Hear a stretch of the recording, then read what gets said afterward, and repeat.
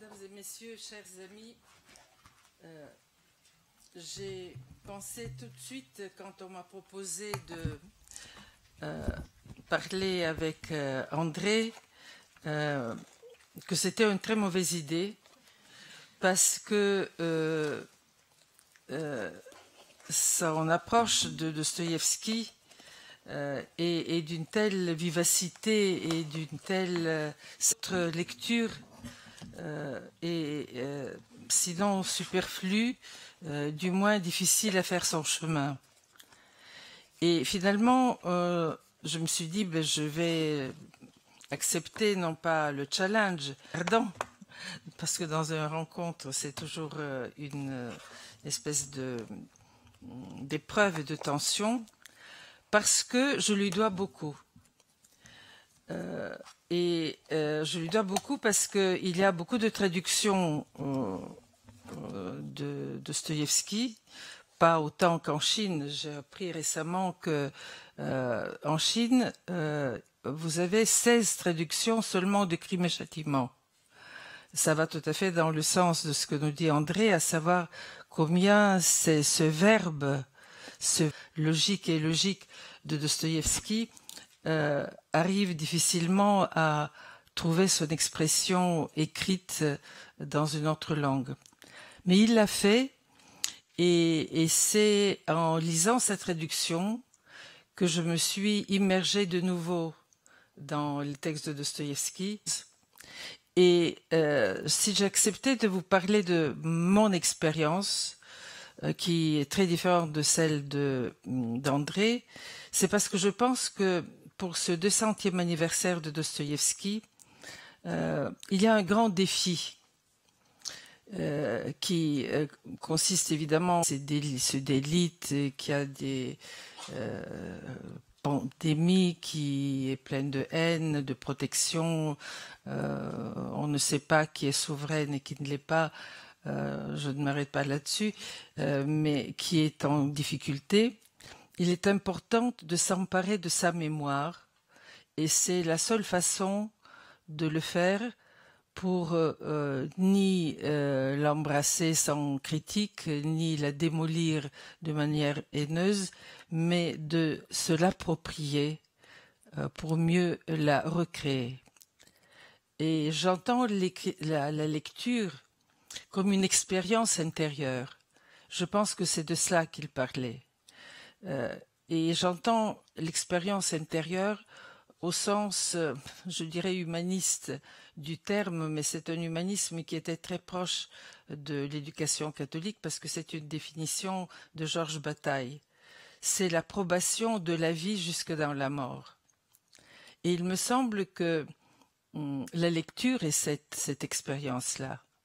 Parce qu'on rencontre les moments de mort chez des personnages, particulièrement chez Dostoïevski, mais pas seulement, disparition, blessure, mort physique, mort psychique.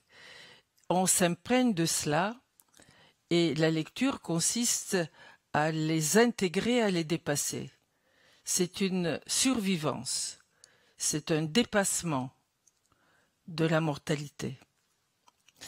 Et du coup, je me suis dit que je vais quand même essayer de vous parler de ma façon de lire Dostoïevski, parce que chacun de nous peut avoir une façon différente de vivre cette expérience. Et ce 200e anniversaire, en posant Dostoïevski au centre de l'attention, invite chacun à faire de la lecture. Lecture qui, comme vous savez, ne se porte pas trop bien dans le monde numérique. On prend des formes parfois un peu simplistes, sinon barbaresques. Mais éveiller chez chacun l'écriture et la lecture comme expérience, c'est-à-dire comme appropriation de la mort jusqu'à dans la vie et de la vie jusque dans la mort, eh bien, ça vaut la peine de le dire à ceux qui nous écoutent et de les inviter à prendre ce chemin pour leur propre continuation dans cette vie. Donc merci d'avoir ouvert cette possibilité en faisant ce colloque. Merci à nos amis de Strasbourg et tout particulièrement à Tatiana Viktorov et à ses camarades.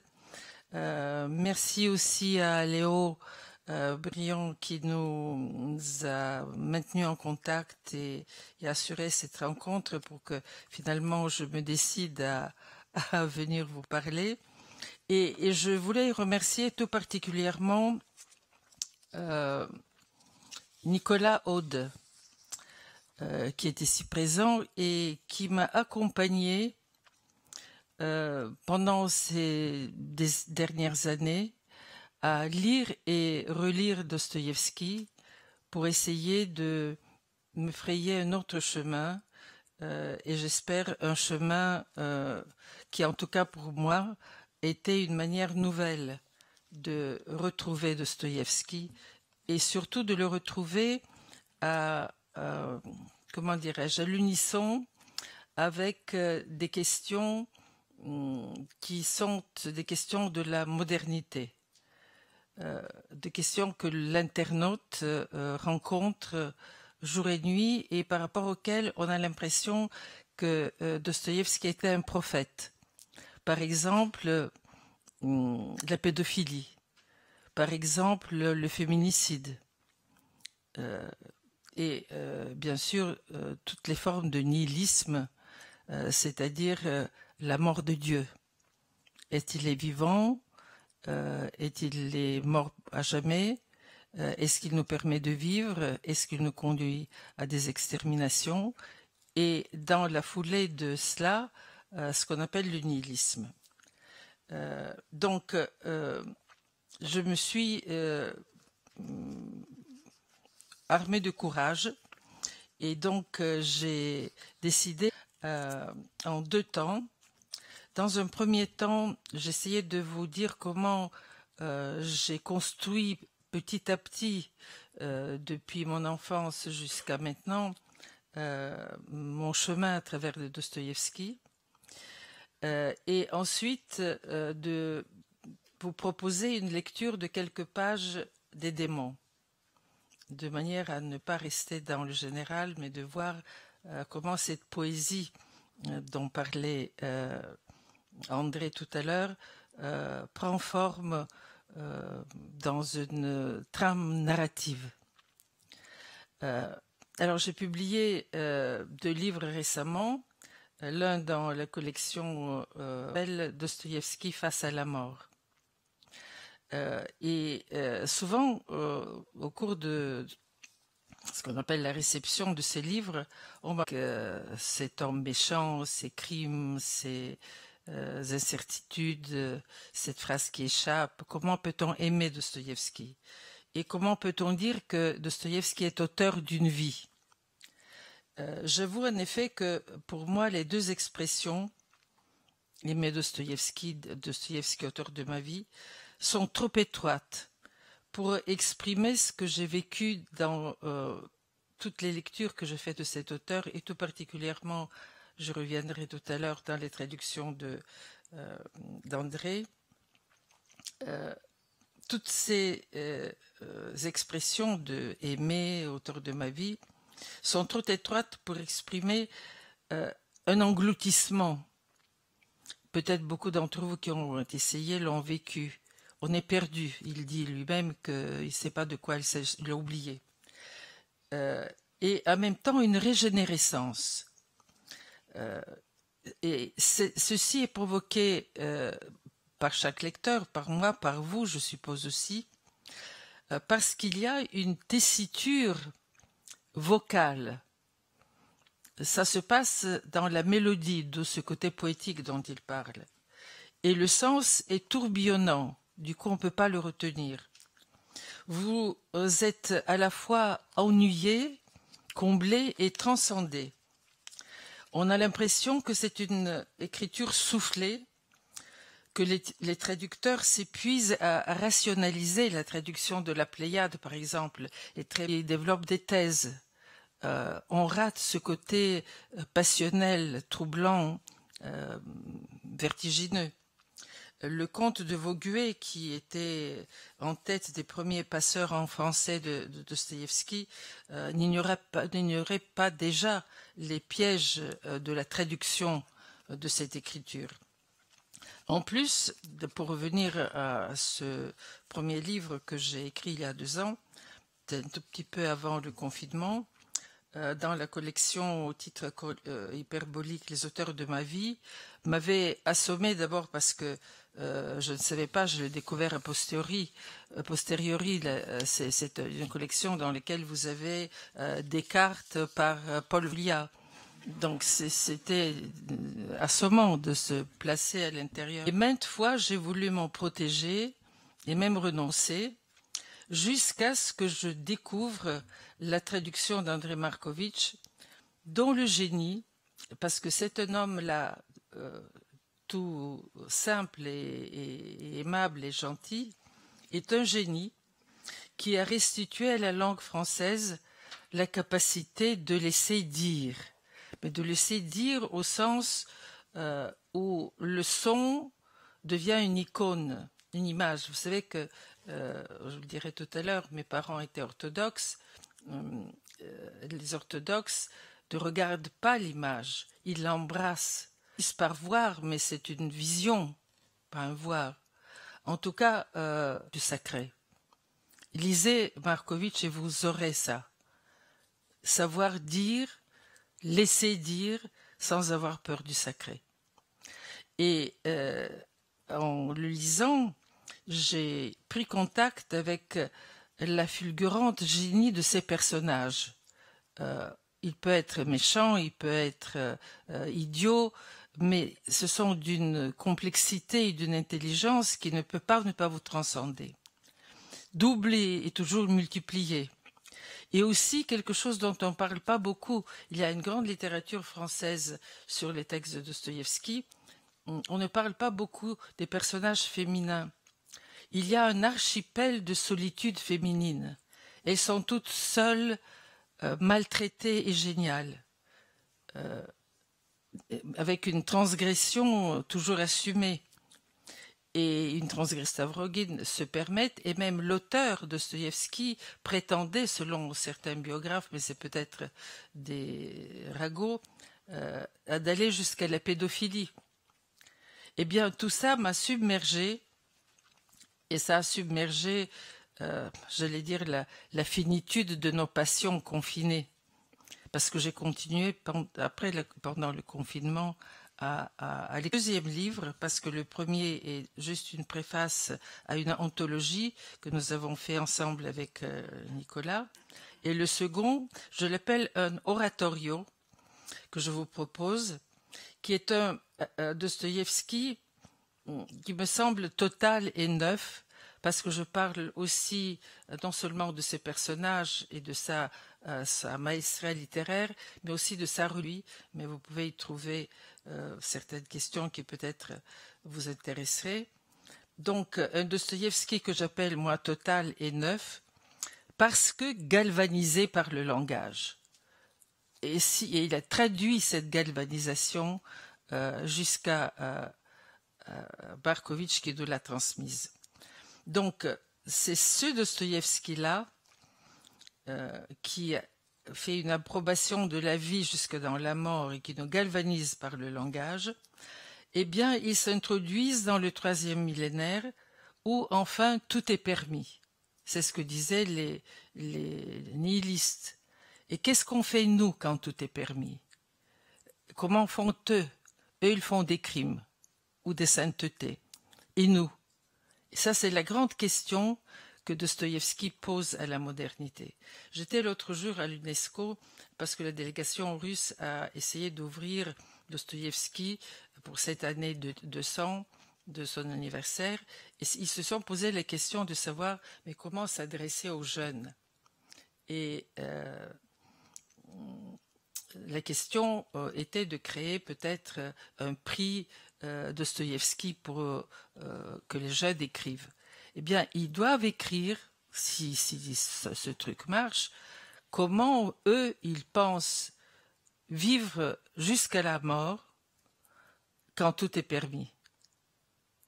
C'est la sécurité vaut cher et que la terre ne durera pas.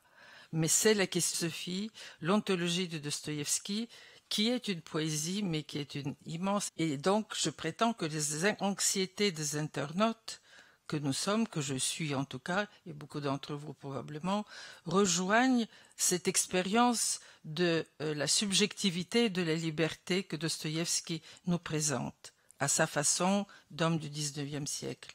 Ça fait écho aux contingences hypermodernes. Et ça nous invite à frayer notre propre voie, sans craindre de dépasser les bornes, et de vivre à la dernière limite. Il disait ça de lui, j'ai toujours dépassé les bornes, et je vivais jusqu'à la dernière minute, je croyais les avoir franchis. Alors, dans un premier temps, j'espère que je ne dépasse pas trop mon temps, Tatiana, vous m'arrêterez. Je suis toujours dans la partie plus générale de mon exposé. Il n'est pas inintéressant de se plonger dans le comment on devient cet écrivain qui accompagne la vie jusqu'à la mort et voit le monde où tout est permis. Moi, je l'accompagne jusqu'à l'échafaud, car il a été condamné à mort pour ses idées révolutionnaires. Je le suis aussi dans le bagne en Sibérie, où il était gracié par Nicolas Ier et il endure, cette grâce consistait à endurer 4 ans de bagne dans une katorga à Omsk, suivi de 5 ans d'exil, où il entame sa métamorphose. Il avait commencé par écrire auparavant et après cette épreuve sibérienne, il devient un autre écrivain. Et il se décrit, il était gagné par les idées françaises, par le fourriérisme, etc. Et il dit qu'il est devenu mais qui s'est accroché à l'évangile. Et il va porter tout au long de sa vie cette incroyance et ce doute avec l'évangile. Il le restera jusqu'à la fin de sa vie. Il va découvrir et reconstruire quelque chose dont on nous parle aujourd'hui aussi, c'est aussi un thème contemporain, et ce qu'on appelle le Christ national. Peut-il avoir une religion nationale? Qu'est-ce que ça veut dire d'avoir une religion nationale aujourd'hui? Quels sont ses bénéfices et quelles sont ses impasses?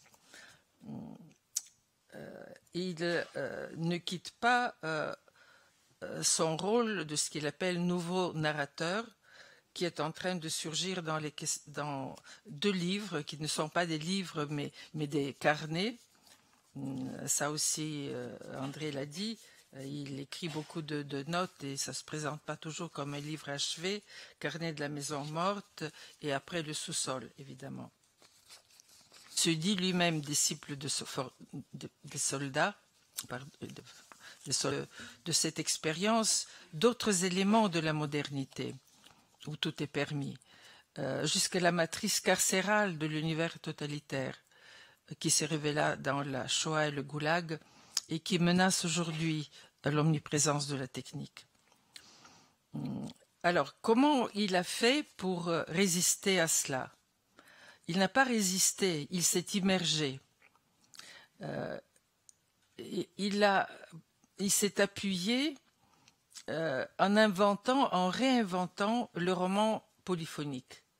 Je dis en réinventant parce que certains d'entre vous qui ont fait des études de littérature et de russe savent les travaux de Bakhtin qui montrent combien ce roman polyphonique remonte à la Grèce tardive et au Moyen-Âge et pendant la Renaissance. Il s'est approprié de ce style, mais il l'a réinventé parce qu'il a introduit dans le roman polyphonique sa foi orthodoxe dans le Verbe incarné. Je dis que je ne vous parlerai pas trop de religion, mais je dirai quand même de son objectivation et son intellection pour lui rendre le sensible. Saint Thomas, Duns Scott aussi, et tous les grands théologiens ont mis beaucoup de savoir dans la théologie occidentale. Et c'est une grande fierté, une grande acquisition. Dostoïevski a creusé sous l'objectivation intellection avec l'orthodoxie le sensible.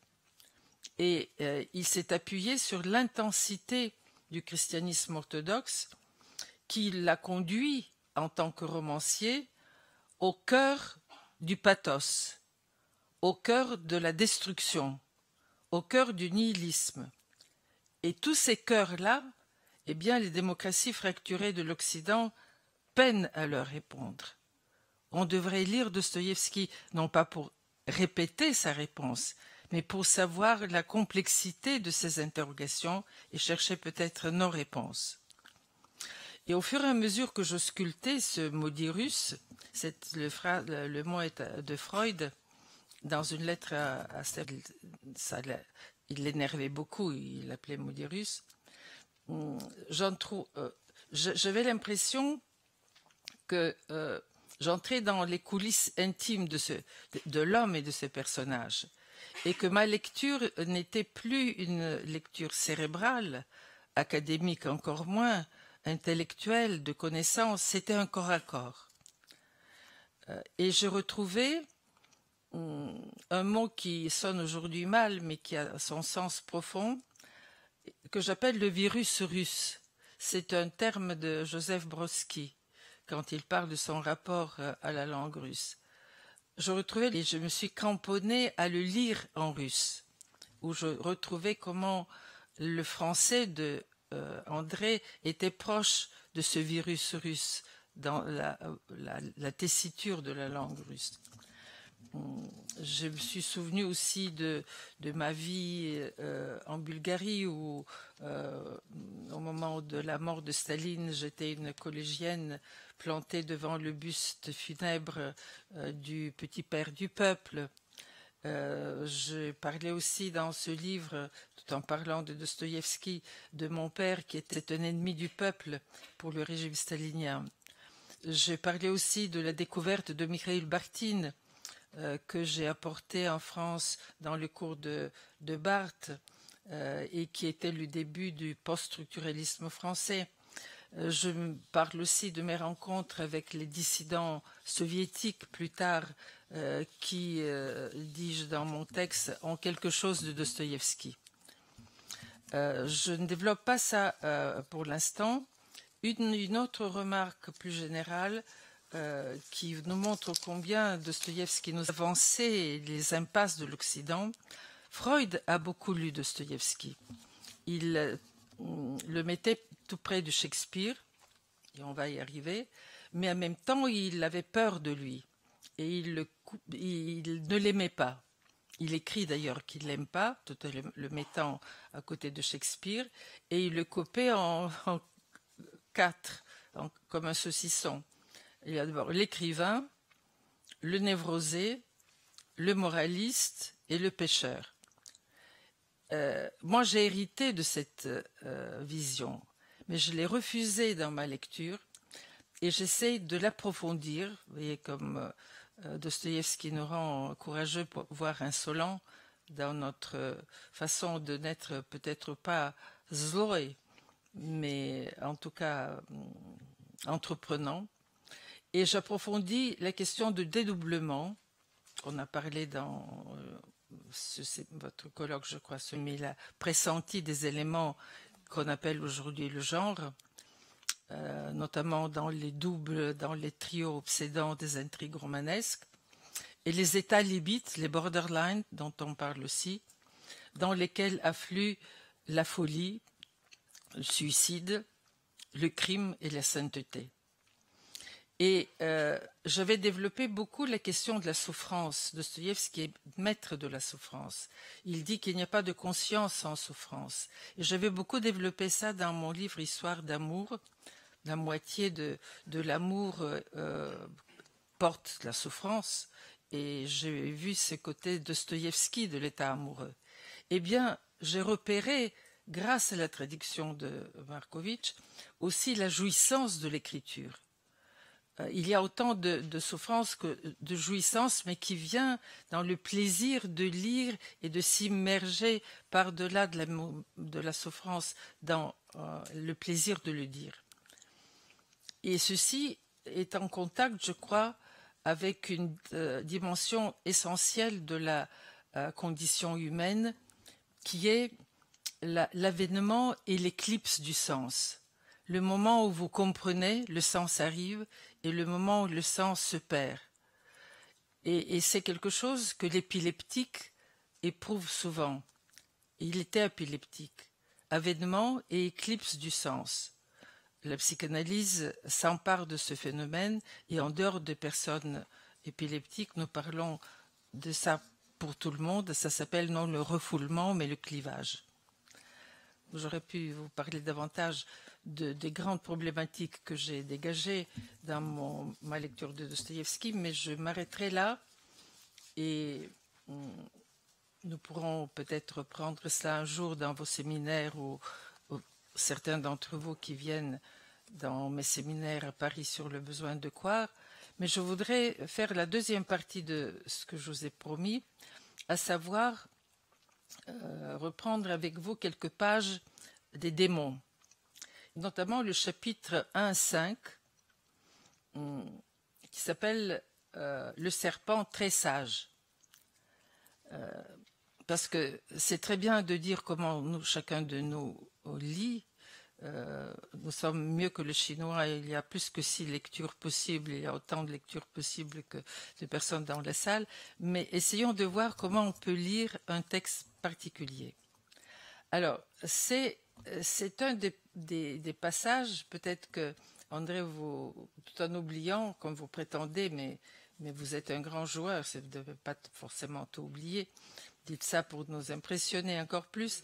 Et Dostoïevski emploie, je crois, aussi ce terme, son sommeil magnétique. Vous lisez ces pages et vous entrez dans un sommeil magnétique. Et ce passage-là est un des sommets du sommeil magnétique. Ça se passe entre le parvis et Jean. On passe la question du seuil, faire le pas, prestouplenie, passer les limites, et constamment l'idée qui organise ces espaces fracturés de la société. Et bien là, vous avez un élément de l'archipélasation de la société russe dans cette sortie de la cathédrale quand on entre chez les Dostoïevski, chez les Stavrogin. Les limites sont franchies, car les frontières des classes et les conventions sociales sont transgressées. Le nihilisme est en marche. Alors, il y a Madame la mère de Stavrogin qui s'avance et qui dit « Est-il vrai que cette malheureuse est votre épouse légitime ?» C'est la clopinante. Et c'est celle que Stavrogin aurait épousée. On lui a pris ça. Cet organisme malheureux qu'est cette boiteuse.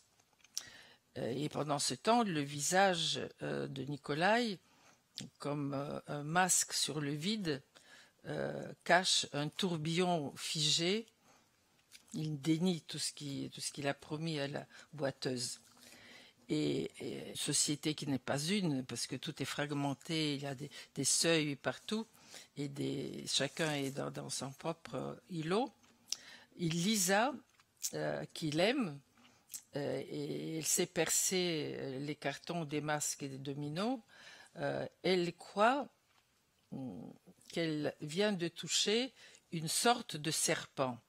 On trouve le titre « Un serpent très sage ».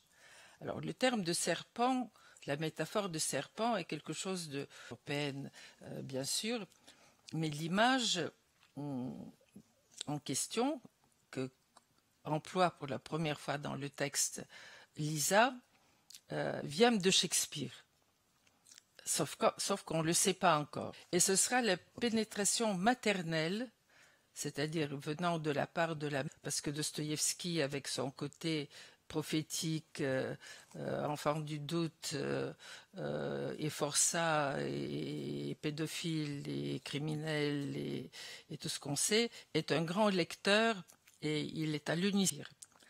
Pendant donc que le serpent s'en vont ensemble, maman, maman de Dostoïevski est non seulement fait de seuil et de passage d'une chose à l'autre, mais aussi de choses complètement absurdes du texte.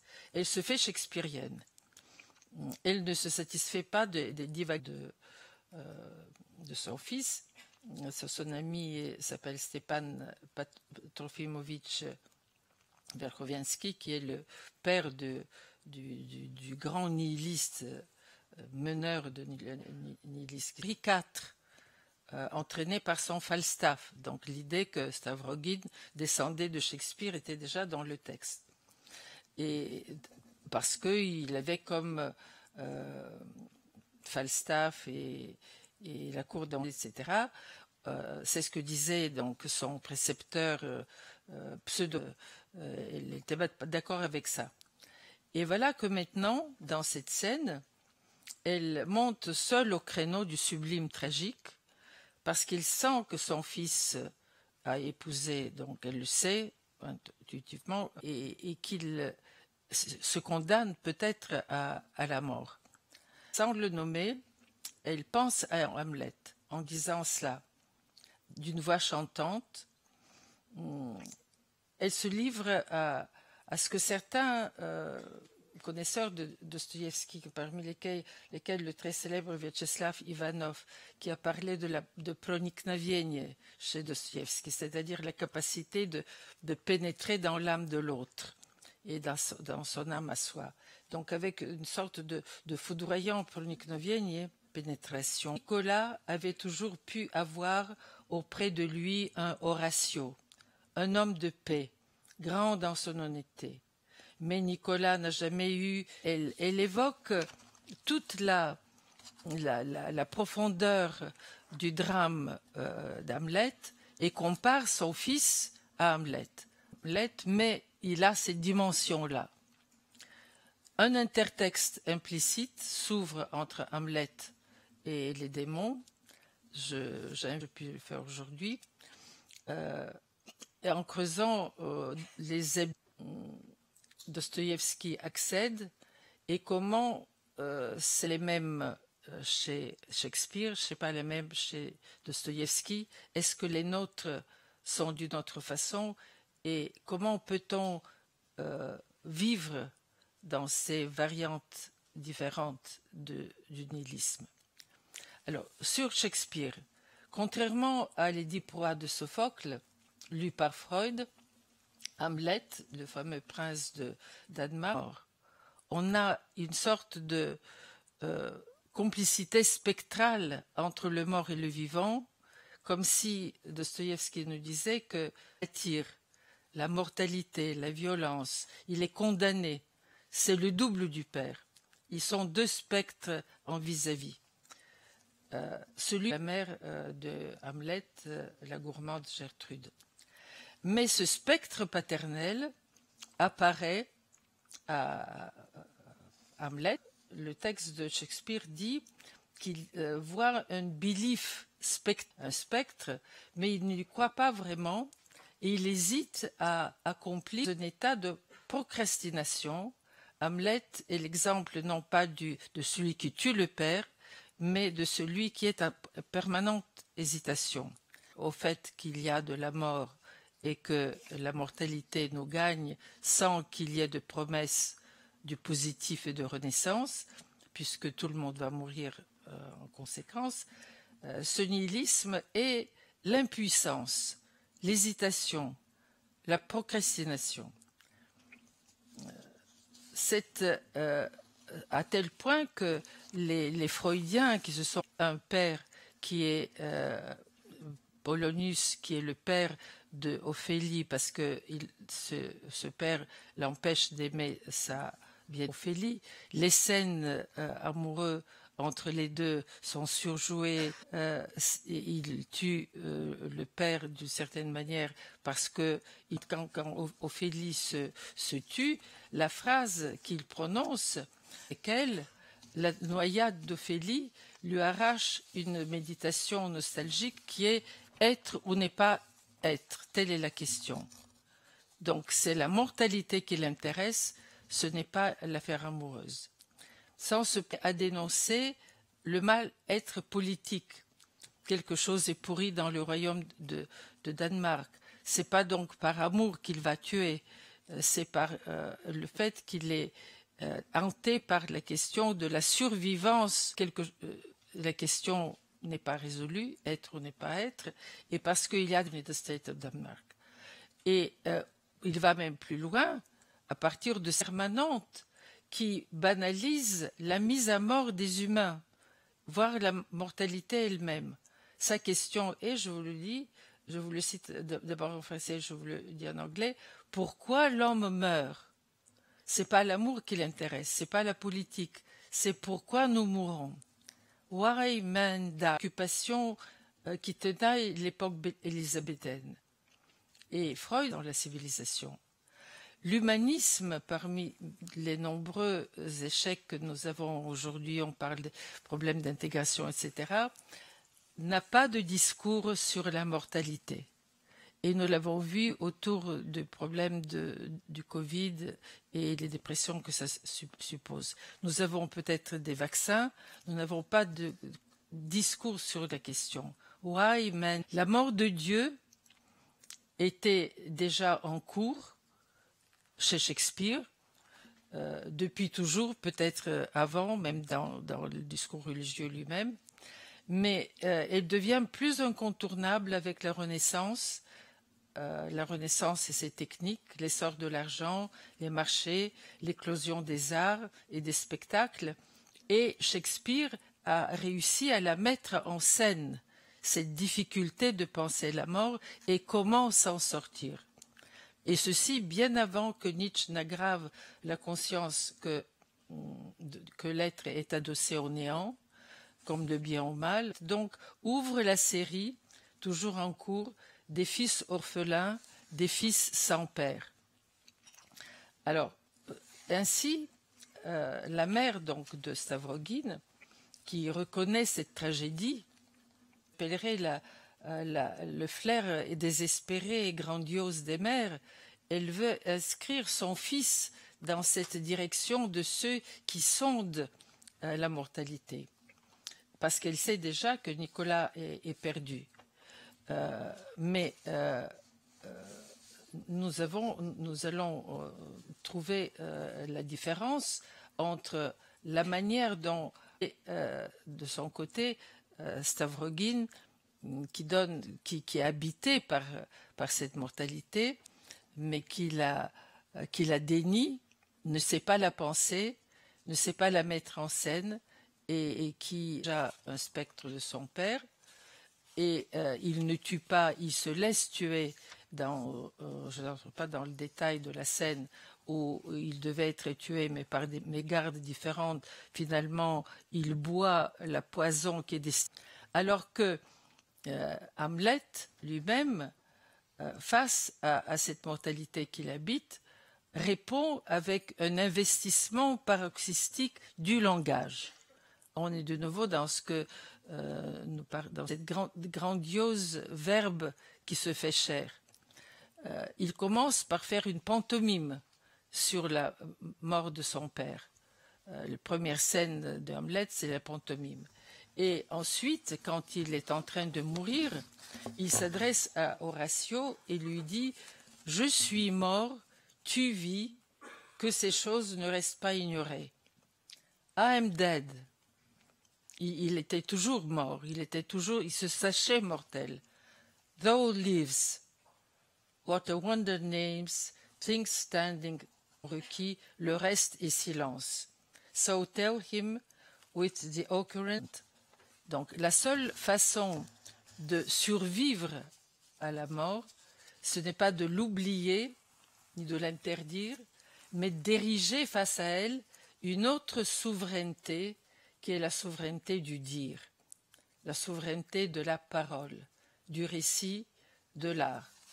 Ce qu'on peut considérer dans la comparaison entre Stavrogin et Hamlet, c'est pas tellement qu'il n'a qu'une mère seule et qu'il n'y a pas de père. qui a retenu, et il va se poser la question de l'existence du père et du meurtre du père dans les frères Karamazov. C'est pas le fait qu'il n'a pas de copains comme Horatio et de copines comme Ophélie, c'est qu'il ne sait pas dire. Le fait que, dont je prends seulement 2 exemples, il fait sa confession pour raconter comment il a mis à mort Matryoshka, mais Tikhon trouve que le style est mauvais, donc il écrit mal, rien à voir avec l'éloquence hamlétienne, et il ne laisse aucune histoire le concernant, pour finir, rien à voir avec le message que Hamlet donne à Horatio de raconter son histoire. Donc c'est moi seul qui me pend à côté de maman. Donc on peut dire ce contraste entre les 2 personnes de nihilisme qui se sont creusées, qui se sont exprimées dans la civilisation européenne depuis la Renaissance.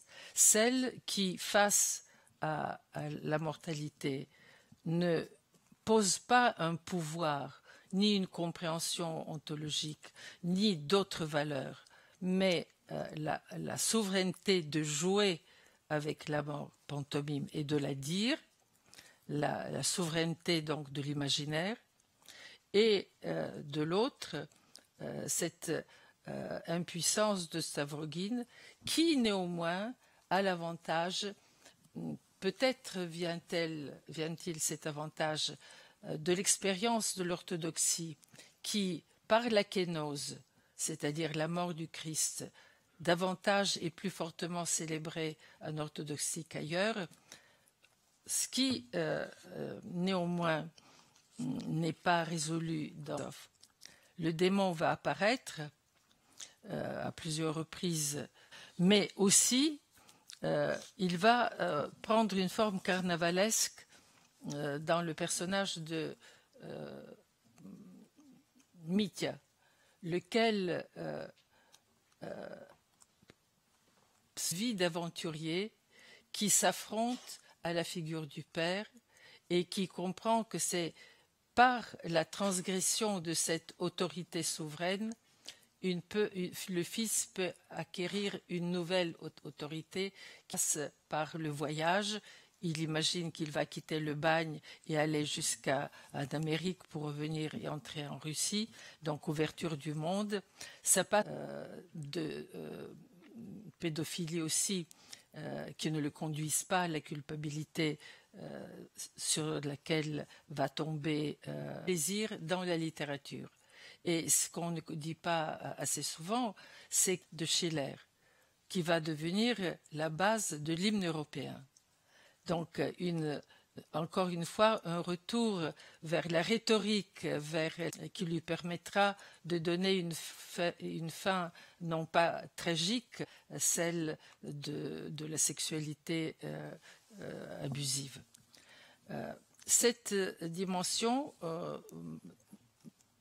le nihilisme est incapable de penser la mortalité dans la civilisation et d'ouvrir la voie à réfléchir sur les multiples formes de nihilisme qui nous assaillent. Par exemple, dans le procès des Karamazov, on a de Dostoïevski lui-même qui dit « Eux, ils ont Hamlet, nous avons seulement les Karamazov ». Donc cette obsession continue à le poursuivre. Et pour finir, je appelle les cahiers de 81 qui dit ceci. Le nihilisme ont été l'affolement et la peine que se sont données nos têtes pensantes. D'où sont venus avec nous, en nous, auprès de nous. C'est ce qu'il écrit presque avant de mourir. Les nihilistes sont avec nous, en nous, auprès de nous. Alors on peut se demander qui est ce nous. Est-ce que ce nous Dostoïevski, qui, Freud le dira, à partir du clivage, essaye de ne pas penser leur mort, ce que j'appelle de théologiens carnavaliers. dans ses textes n'est pas l'essentiel, avec laquelle il joue aussi. Il ne persiste pas dans cette objectivation conceptuelle du nihilisme, même s'il le souligne pour le débat. Il ne fait pas non plus ce que nous faisons aujourd'hui pour en avoir peur ou pour faire peur. Il ne fait pas non plus la déconstruction du nihilisme qui se fait depuis Heidegger en passant par Ricoeur et Derrida et jusqu'à moi-même. Encore moins ne cherche-t-il de valeur pour les opposer à cette œuvre de la mort, qui sont des romans de la pensée. Et c'est là peut-être que je diverge un peu avec... Ce sont des pensées qui élèvent le dire à la plus véhémente multiplicité. Un dire multiple, un dire insaisissable en concept, un dire insaisissable en argument, un dire insaisissable en mémoire. C'est la véhémence de la multiplicité du dire. Ce que Bakhtin avait repéré, mais peut-être était-ce parce que dans le soviétisme, on ne pouvait pas parler de religion, il n'avait pas souligné le lien entre cette multiplicité violente du dire avec la religion orthodoxe. De toute façon, ma conclusion est qu'il n'y a pas d'autre moyen pour faire face à ce nihilisme, à la mort de Dieu et à l'écroulement de toute limite, de tout est permis, que la polyphonie du texte pour pénétrer avec recueillement dans le sous-sol du nihilisme. Tant que nous ne sommes pas pénétrés dans le sous-sol du nihilisme avec recueillement, nous ne pouvons pas accéder à la jouissance du dire dans sa polyphonie. Pour transmettre seulement après ce recueillement cette énigmatique jouissance, et je reprends le terme de naslаждение que Dostoïevski emploie souvent et que la critique n'a pas beaucoup retenu, me semble-t-il, parce que c'est l'auteur aussi du naslаждение, le naslаждение de la puissance du dire, ce recueillement dans le nihilisme. C'est ce que lui, il affectionne, et c'est la seule remède, non, mais la seule solution, le seul champ qui nous reste pour laisser le nihilisme derrière nous. Merci et pardon d'avoir été là.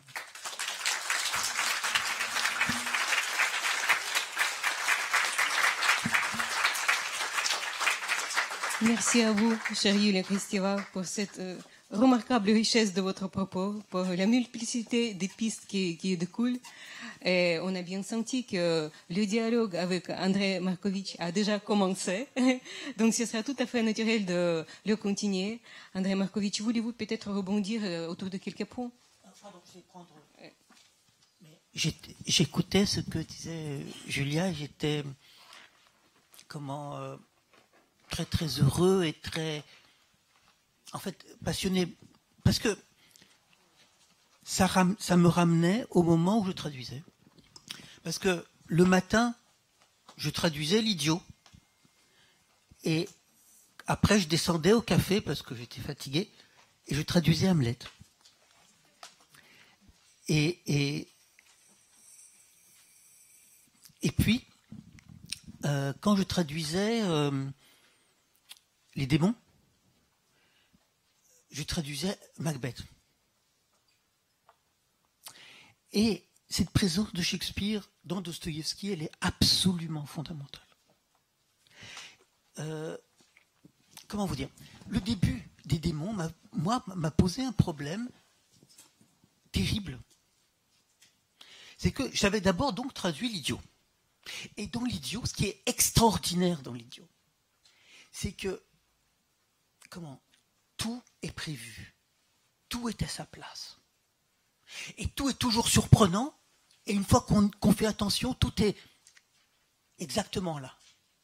Et d'imaginer qu'un cerveau humain, simplement, puisse à ce point avoir une idée d'un cosmos en mouvement, de cette pensée qui est poème, parce que, bien sûr, le poème est pensé, évidemment. C'était bouleversant. Pourquoi? Et ça se voyait par ces répétitions du mot, d'images qui construisaient dans l'Idiot l'image du double. L'Idiot est sur le double insupportable. C'est le noyau du roman. Bon. Et je commence à traduire les démons et je ne comprends rien. Je ne trouve pas de répétition. Je ne trouve pas d'images qui reviennent.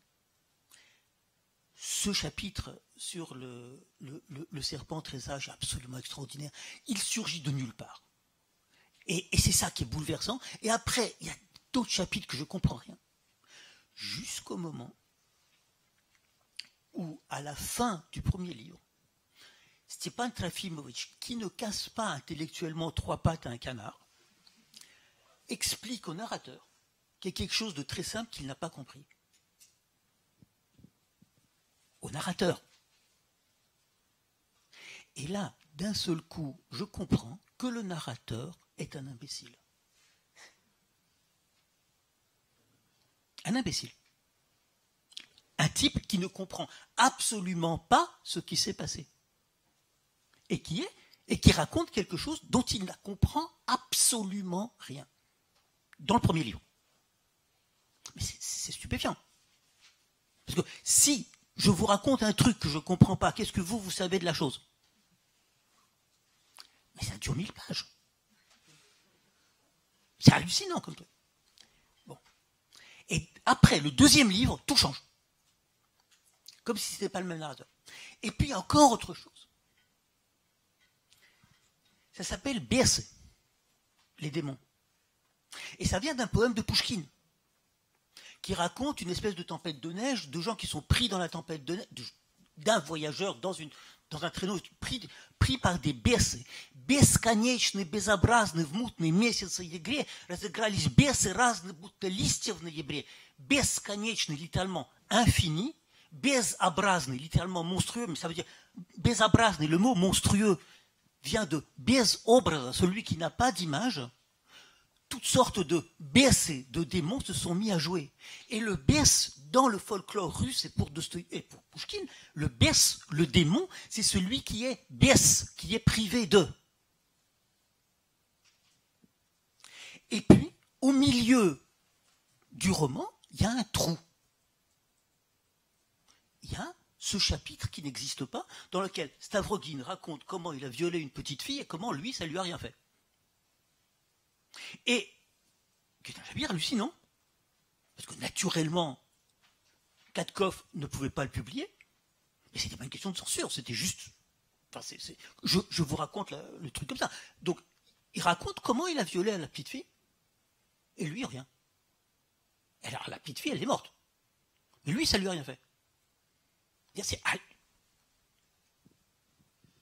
Et Dostoïevski a envoyé 2 fois le même chapitre avec quelques petites variantes à l'éditeur. L'éditeur a monté au plafond, il dit c'est pas possible. Et publié en feuilleton. Et à ce moment-là, Dostoïevski a envoyé la suite, où ce chapitre n'existait pas. Il se fait que la confession de Stavrogin, on ne sait pas où la mettre. Or, elle est au milieu mathématique du roman. Mais vraiment au milieu. Et d'un seul coup, je me dis, mais attends. Mais de quoi ça parle, ce roman? D'un complot de nihilistes dans une petite ville de France. Mais pourquoi c'est dans une petite ville de province? Et qu'est-ce que c'est que cette histoire-là? C'est une histoire full of sound and fury, told by an idiot, signifying nothing. Mais signifying nothing ne veut pas dire qu'il ne veut rien dire. Ça ne veut pas dire doesn't mean anything. Ça veut dire qui signifie rien, qui en quelque sorte représente, qui est, j'allais dire, l'incarnation par le vide du rien. Et il y a dans ce diptyque de l'idiot et des démons le même rapport qu'il y a entre Hamlet, qui est une pièce sur l'immensité du miracle de l'incarnation du Verbe qui devient chair au théâtre.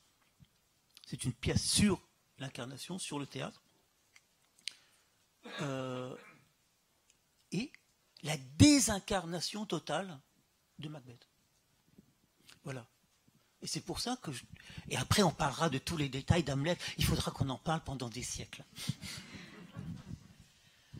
Je pense pas que Stavrogin n'éprouve rien après le viol. Le viol est décrit de manière très allusive. Il n'y a pas d'organes, il n'y a pas de sexe, il y a des allusions. Et je dis dans mon livre que il y a énormément une charge émotionnelle de texte, y compris dans les scènes du viol, mais c'est un érotisme sans organes. Et je crois que ça parle à beaucoup de gens parce que il peut y avoir un érotisme des organes, il peut y avoir un érotisme sans organes. Et c'est cet érotisme sans organes qu'il met en scène et il l'attribue pour finir à la petite. Parce qu'il dit que c'est elle qui le cherchait, c'est une petite de 14 ans, c'est elle qui était finalement une espèce de prostituée, qui le fait parler à madame, dans un autre contexte, c'est la dame des camélias qui est évoquée, je suis des Galov, donc c'est la française putain qui est le paradigme de la femme qui jouit. Mais lui, il va rester sidéré par deux choses. Par le fait que la petite dit qu'elle a tué Dieu, parce en faisant cet acte, il est renvoyé à ce qui obsède le nihiliste, c'est-à-dire la figure du pouvoir, de la souveraineté, comme on dit aujourd'hui. Il est mort, il n'y a plus de souveraineté.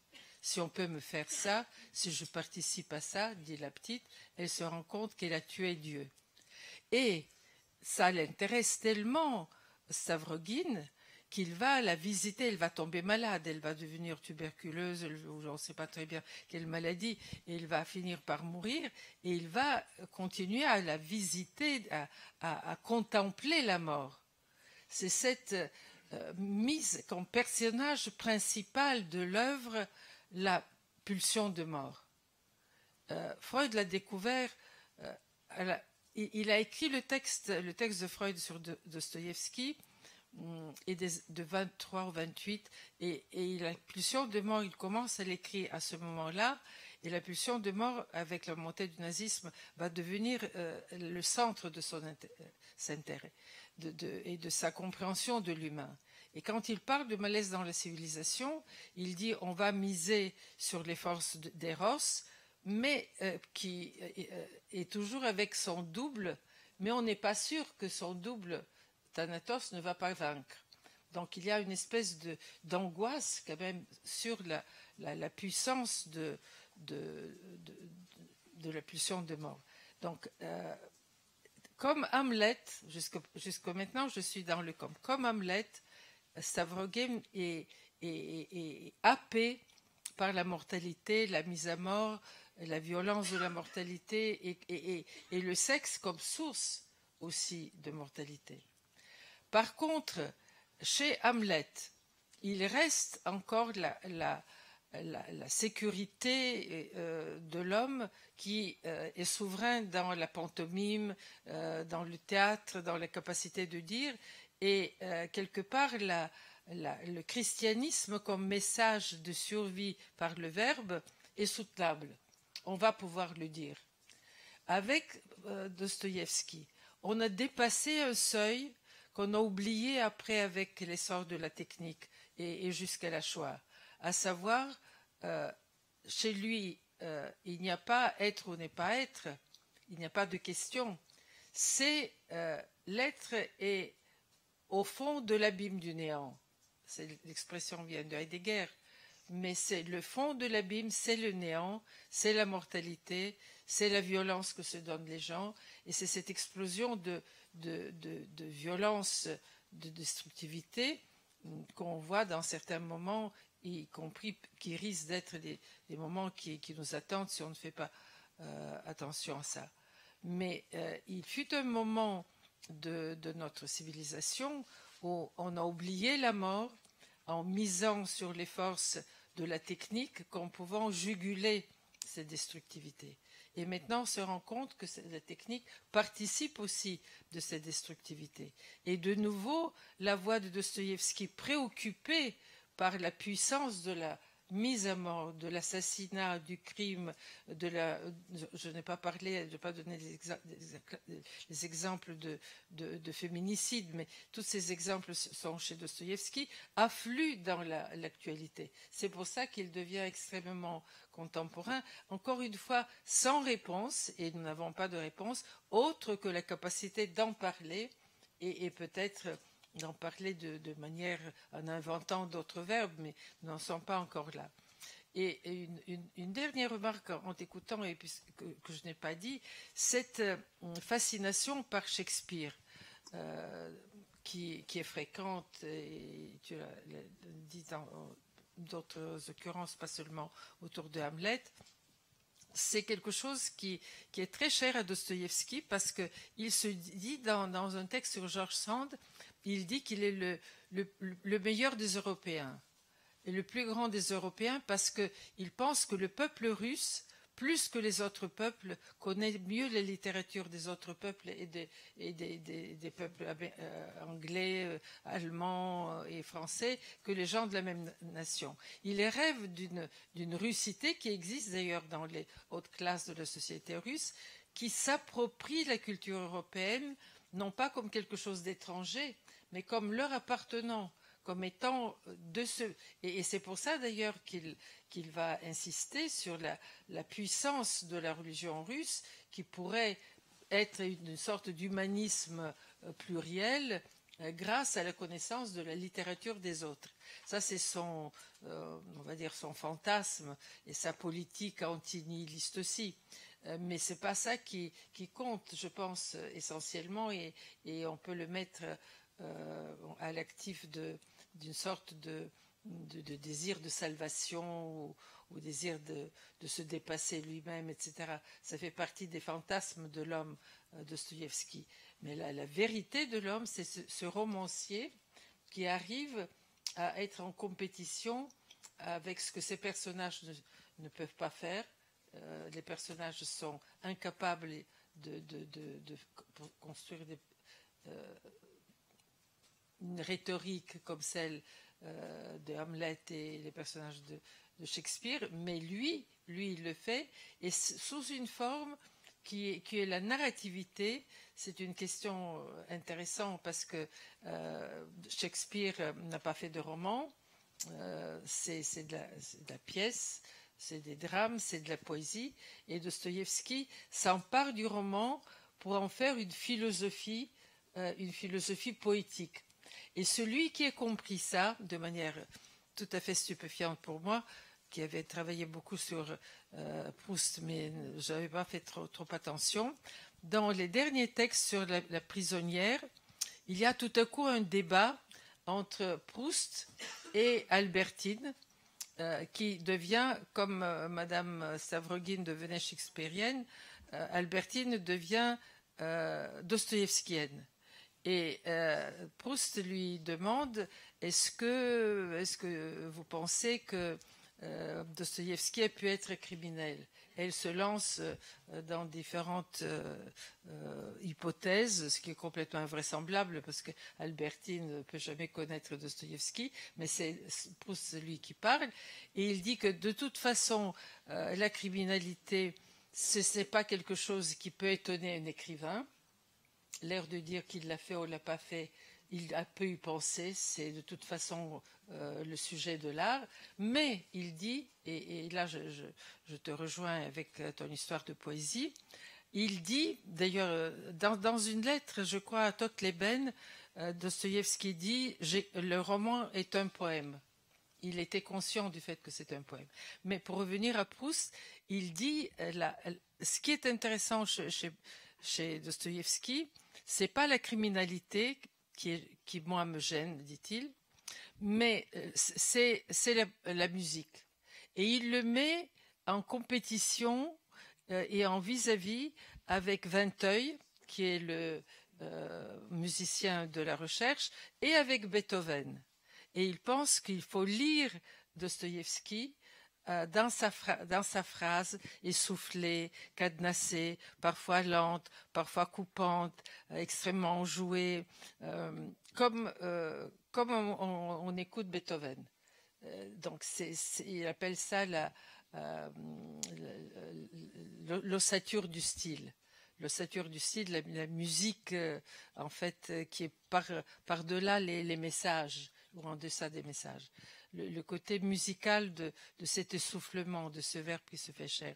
Mais je crois que tout ça nous fait penser à ces autres formes de pensée que sont la littérature, que sont la musique, et qui aujourd'hui sont menacées par l'omniprésence de la propagande, de la polémique et du numérique, qui peuvent être en tant que technique aussi porteurs de ces formes-là, mais qui à l'étape actuelle sont cadenassées et deviennent hostiles à cette forme de pensée que l'anniversaire de Dostoïevski nous permet de réhabiliter. Immense merci. C'est très passionnant de suivre vos échanges, mais je vous propose d'ouvrir notre discussion vers notre salle, même si on a très peu de temps. On a le temps pour 1-2 questions courtes, si c'est possible. Karen Haddad, donc une des organisatrices de ce colloque, professeure de littérature comparée à l'Université Paris-Nanterre. Bonsoir, j'en profite pour vous saluer tous les deux. Je ne pensais pas me précipiter pour poser cette question, mais si on n'en a pas beaucoup, je voudrais quand même qu'elle soit posée, que ce soit dit. Et j'aimerais savoir ce qu'en pense aussi André et Madame Kristeva. Vous avez raison de dire que tout ce dont parle Dostoïevski, ça, on le rencontre tous les jours dans l'actualité et ça nous revient constamment à la figure. Cependant, je suis un peu peinée et même choquée de voir que, parce qu'il me semble que dans votre livre, vous restez sur le plan de l'incertitude, de dire on sait que Strachov a accusé Dostoïevski d'être un pédophile, et dans la phrase d'après, vous nous avez dit tout à l'heure, et la pédophilie. Je ne sais pas si c'était en parlant vite, je voudrais savoir ce que vous en pensez, parce que moi, je trouve que c'est beaucoup plus profondément fort d'avoir fait de la pierre angulaire du mal, de la représentation du mal, le mal fait en l'enfant, sans l'avoir commis, que de dire il l'a peut-être fait, et c'est pour ça qu'il en parle tout le temps, ce qui, entre parenthèses, est ce que dit Albertine. Et donc je trouve que je n'ai pas envie de le croire, mais parce que ce sont des ragots d'un Strachov et qu'on s'est souvent élevé contre cette idée. Mais c'est pas pour réhabiliter Dostoïevski, vous voyez, c'est juste que je trouve que c'est beaucoup plus fort de dire il en parle, donc il l'a fait. Parce qu'à ce moment-là, on a eu ce débat pour Nabokov, etc. Et je trouve que c'est beaucoup plus fort qu'il essaie de le représenter alors que c'est irreprésentable. Et d'ailleurs, comme vous l'avez dit, il ne raconte pas le viol. Pour ceux qui ne connaissent pas le texte, il ne raconte rien. Il n'y a rien de sexuel. Et c'est encore plus épouvantable. Voilà, je voulais juste savoir ce que vous en pensiez. Si j'ai bien compris, vous aviez eu l'impression que je valide l'accusation de Strachov, ce qui n'est pas du tout, ce qui est absolument pas du tout mon cas. Moi, je suis persuadée, bon, personne ne sait en fait, mais chacun a son hypothèse. Mon petit Sigmund Freud, que je sors de temps en temps de ma poche parce que sinon je vais être fatiguée d'analyser tout ce que je rencontre. Donc, mais dans ce cas-là, je pense que Dostoïevski est incapable de faire ça. Avec la facture fragile de l'homme, son épilepsie, son attention vers les enfants, sa souffrance, sa gentillesse, enfin toutes sortes d'éléments physiques et épistolaires. Je pense que c'est impossible. Par contre, s'il y a tenu, s'il est allé bouleverser les salons, y compris Turgenev, en s'accusant, c'est pour accuser la société bienveillante, refoulée et bien pensante, pour leur dire combien ils les méprisent, parce qu'ils sont incapables d'aller jusque-là où il est allé, à savoir dans les profondeurs de la destructivité humaine, et que lui, après, vous savez qu'il allait dans les cours de justice pour défendre les jeunes, y compris quand on les accusait de se masturber ou de faire des actes sexuels que les parents réprouvent, et il disait qu'il fallait laisser aux enfants la liberté. Toutes ces choses-là que les Anglais, la critique anglaise est beaucoup plus loin que nous dans cet aspect psychosexuel du personnage de Dostoïevski. Mais pour moi, la question ne se pose pas, mais elle a été posée, donc je l'évoque en tant que posée. Est-ce que c'est vrai ou est-ce que c'est faux? Ce qui est important, c'est qu'il met une limite du tout est permis. Et à notre civilisation, qui est celle où tout est permis, mariage pour tous, GPA, tout ce que tu veux, faites ce que vous voulez, mais pas de pédophilie. C'est ça, sa limite. Peut-être que un jour, ça aussi, ça va sauter, mais on espère que non. Et moi, je suis ceux qui... Et je pense que lui, sa prophétie est allée jusque-là. Si tout va être un jour permis, grâce à Dieu, Dieu merci, restons en dehors de la pédophilie. Gardons à l'enfant son côté intouchable. Non, mais vous... J'avais eu cette impression. Non, bon, c'est-à-dire que moi, j'avais écrit cette préface qui est publiée en raccourci de 70 pages, je crois, et qui comptait 270. Donc, dans le raccourci, on retrouve dans le nouveau livre beaucoup plus d'éléments là-dessus. Mais jamais je ne suis de ceux qui pensent que c'était quelque chose de vrai. Par contre, Proust était peut-être pas du même avis, parce qu'il y a quelque part une phrase que je mets en exergue quand il parle quand il compare Dostoïevski à Baudelaire. Et au fait que Baudelaire parle de l'âme humaine qui est capable de tout le mal possible et imaginable. Il n'y a pas de pédophilie, mais il y a toutes sortes de crimes qui sont évoqués. Et Proust dit, et c'est ça qui est important, je pense que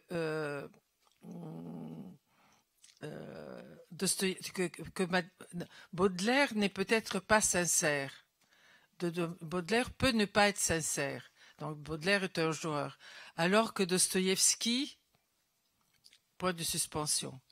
Et moi je pense que Dostoïevski est sincère, mais non pas en tant que passage à l'acte, mais en tant que fantasme possible pour mieux décrire l'extrême limite de l'impardonnable, c'est-à-dire la pédophilie.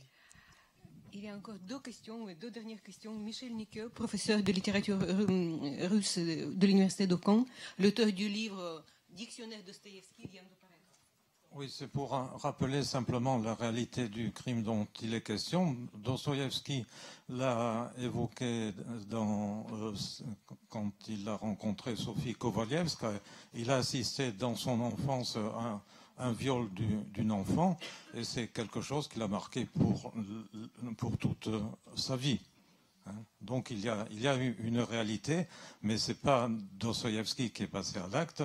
Il a simplement eu cette expérience traumatisante dont on retrouve là. Lui, il a été attiré par ça et pas d'autres. Mais je pense que lui, il a voulu mettre une limite à tout est permis. Son expérience traumatique a donné lieu à une philosophie. Merci beaucoup. La dernière question, Jean-Louis Baquès, très court, je suppose. Jean-Louis Baquès, bon. On pourrait parler très, très longtemps de ce sujet qui est un sujet difficile, d'autant plus difficile que Dostoïevski est extrêmement lucide sur toutes sortes de choses dans une société qui est parfaitement hypocrite. À mon avis, le texte le plus violent qui figure dans la confession de Stavrogin, c'est la remarque de Tikhon, de l'évêque, qui dit « Ces horreurs sont... » Markovitch est un excellent orateur, et il a fait rire son public de manière étonnante. Et il a bien raison. Mais il y a beaucoup d'autres choses, de personnages sympathiquement traités avec humour. Est-ce que vous pensez que c'est important dans Dostoïevski? Quand il arrive à passer du crime, du sang, de la violence à une manière de le dire avec distance et avec profusion, ça fait rire. Il y a un chapitre de mon livre, le rire comme porte ouverte à l'obscène. C'est de pouvoir dire l'obscène. Sa manière de rire est une manière de libérer les corps. C'est pas un libertin. On a souvent comparé parce qu'il a parlé aussi bien de Don Juan en Venise, voilà. Mais Casanova. Voilà. Et c'est notre Sade et notre Casanova. Je pense que ce n'est pas du tout ça. En parole et distance la violence, qu'il arrive, la capacité de pouvoir est quelque chose qui est un ridicule, qui n'est pas un sarcasme, qui n'est pas Rabelais, qui n'est pas Voltaire, de la possibilité de le dire. Et c'est quelque chose d'absolument la capacité de le fait de. Moi j'ai pensé souvent que quand il a eu des crises épileptiques et qu'il a retrouvé le rire, il a été très heureux. Et cet aura, maintenant les savants pensent que c'est postérieur au coma, et c'est ça, lui qui fait partie, qui est une autre version de la comédie humaine. Puis le christianisme a continué à l'être jusqu'au rapport Sauvé. C'est maintenant qu'on ouvre les questions là-dessus. Et Dostoïevski a précédé le rapport Sauvé. Immense merci, Yulia Kristeva. J'ai un rôle terrible, celui du bourreau. Je dois arrêter cette véritable jouissance que chacun de nous a grâce à cet entretien, ce dialogue. Nous remercions de tout cœur nos deux intervenants pour tout ce qu'ils ont apporté aujourd'hui. Et sans doute, ça nous donnera à chacun de nous cette intention de lire et relire Dostoïevski. Et maintenant, nous avons toutes les clés pour cette lecture. Vous pouvez acheter les livres de Yulia Kristeva et de Andrei Markovitch en sortant de cette salle. Nous remercions aussi la Bibliothèque nationale pour cet accueil, pour cette possibilité d'assister à cette remarquable rencontre. Merci encore.